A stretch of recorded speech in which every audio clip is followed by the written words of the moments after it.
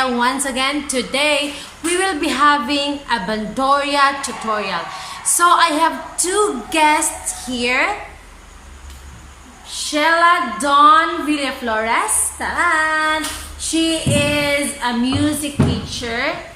And Desi Tanilon. She is a MAEd teacher. So today, they will teach us how to play the Banduria instrument properly. So, are you ready? So if you are, then be ready. If you are ready, then watch and learn with these two beautiful teachers. So pick up your Banduria right now and then follow them. Hi, my name is Desi Tanilon, and hi, I'm Sheila. I'm her student this evening. okay, right now let's start. First, I just want to introduce what is Banduria. So, Banduria is originated from Spain, and the Spaniards brought this instrument here in the Philippines. So that's the brief history. Okay, let's begin.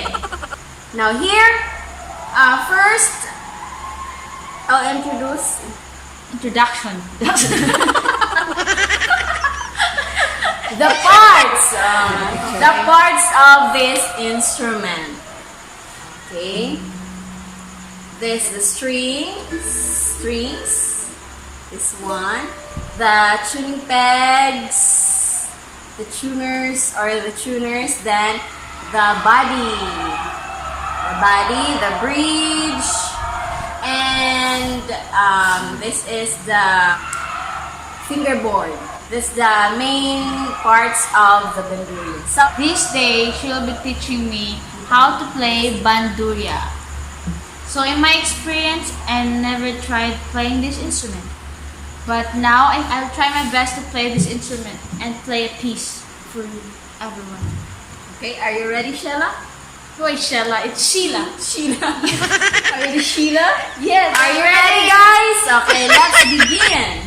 So this string is the first string here. The upper part is F sharp. This one. Next is B. Next is the third is E. Next is A. Then fifth is D. And last here is G. Again, this is F sharp. Next B. Next E. Next A. Next D. And G. Oh, very good. Okay, let's do the scaling. Scaling. This is the middle C. Hold the pick here like this. Put your wrist here in this part, like this, so that when you play, you need to do that. You don't need to do like this. You need to do that. Like this only. Yeah, like this. Okay, try. Which note do you want to play? Let's start some middle C. Let's start middle C. So the middle C here, the first dot. Like that. So I'll Next put my wrist here and then yeah. Very good. Next is D. Here. No. Open string. C. See the first fret mark here. Then D. The open string here. D.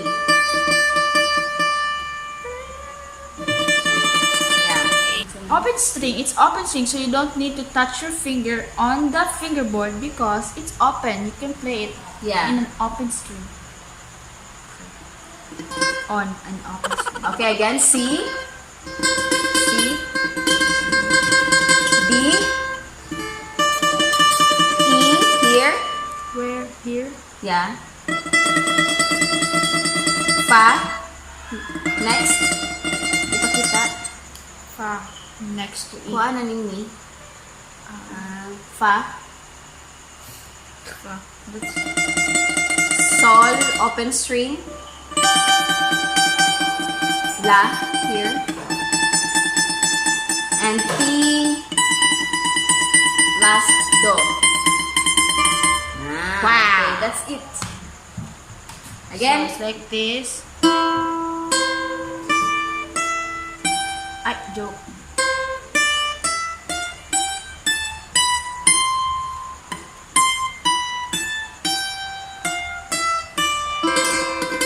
yeah, very good. Okay, again, let's do the scaling. Here is C. The first fret mark, C. Next, open string, D. D here. This one, this string, open string, D. Next is E. Here. Open string. And F. G. Open string, the last string.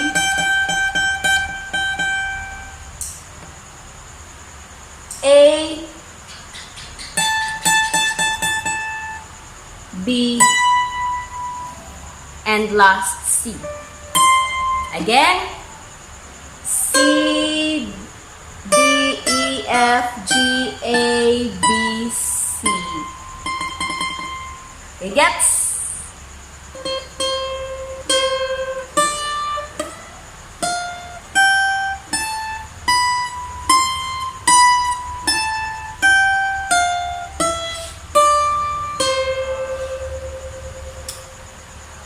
Okay, now we're going to do the exercises.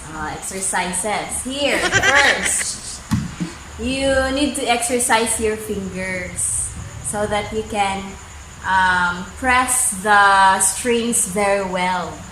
Okay? You need to do this. Pan, dun, dun, dun. Here first.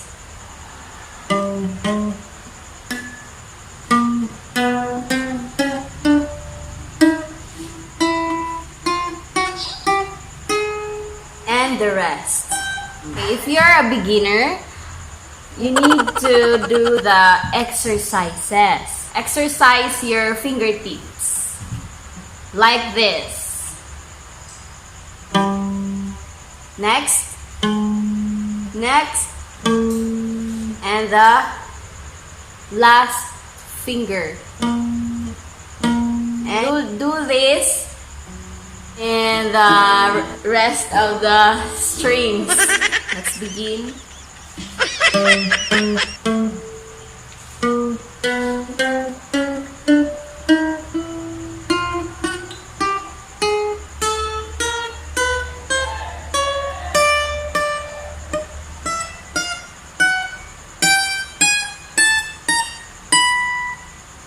The last string. Okay, gets? You can practice in your own. It's your turn. Exercises. Ganun ito ah. Ganun yun. Ganun fret. Ganun.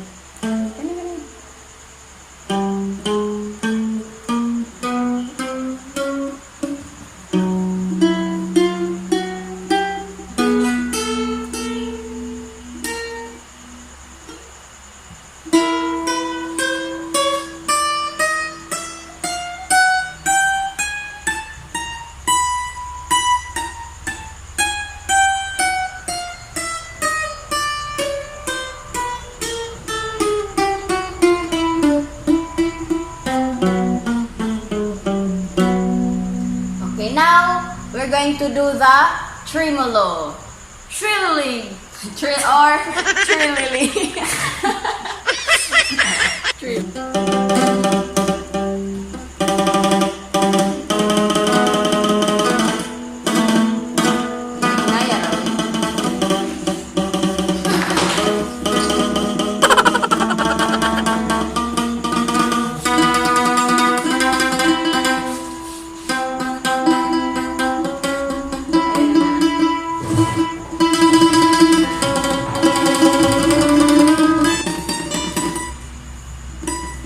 Bring down.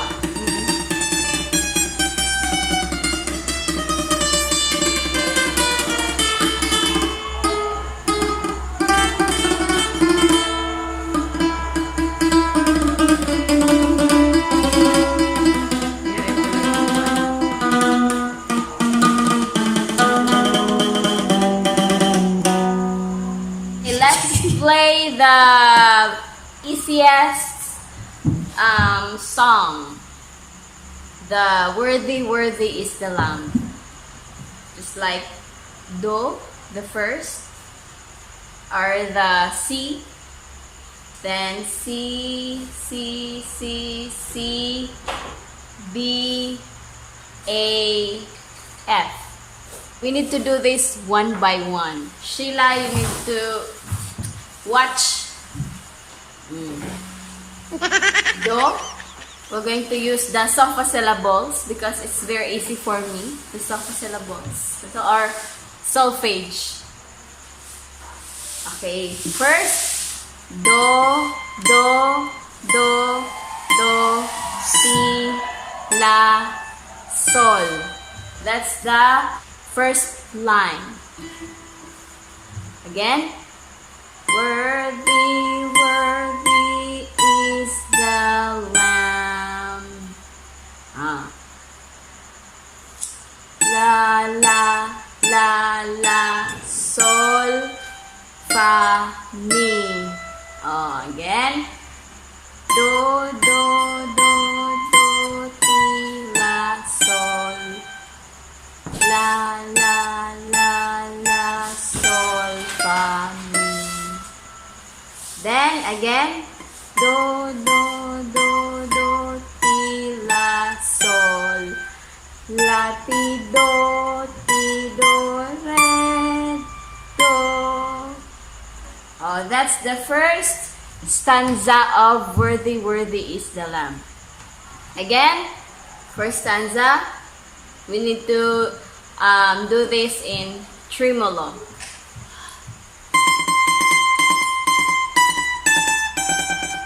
La, la, la, la, sol, fa, mi. Ti, la, sol, la, ti, do.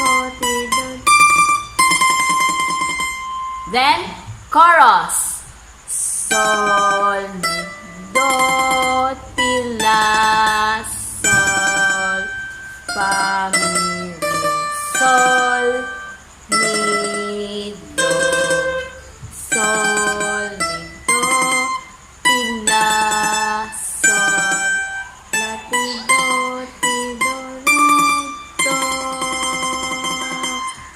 Okay, that's the end of my tutorial. Yay! Okay, that's all. I hope you have learned something new today. I hope you learn how to play the Banduria correctly. So me, I'm trying my best how to play it because I really don't know how. So I'm so thankful to them because they are teaching me today. So I hope you too, you learn. So thank you so much, Sheila, Yes. Don, Villa Flores, and I feel dizzy. Desi Tanelon. I hope you will not forget to click the notification button, like, share, and of course, subscribe. This is Maria once again. Ta-da! Let's explore together. Bye! See you to our next vlog, next tutorial, next lesson, and that's why don't forget to subscribe for you to be updated. Thank you.